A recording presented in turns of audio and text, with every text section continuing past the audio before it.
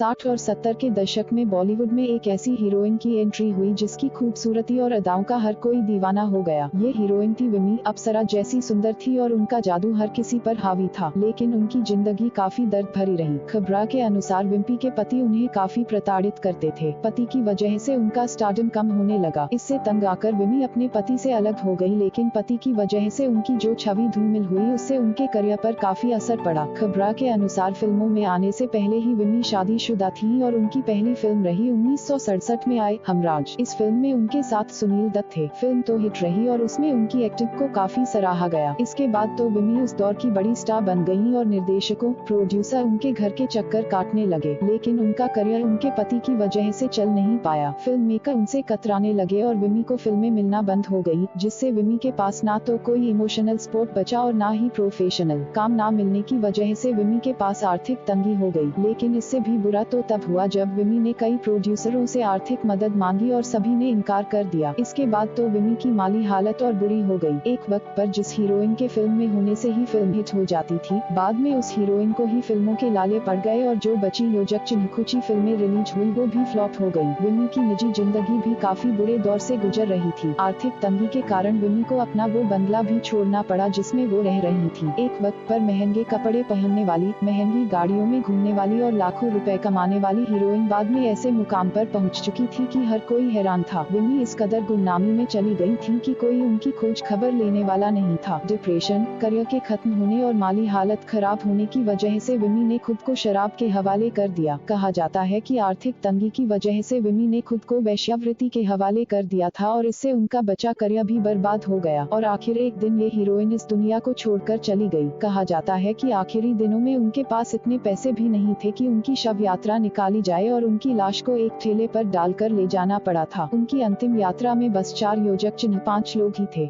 60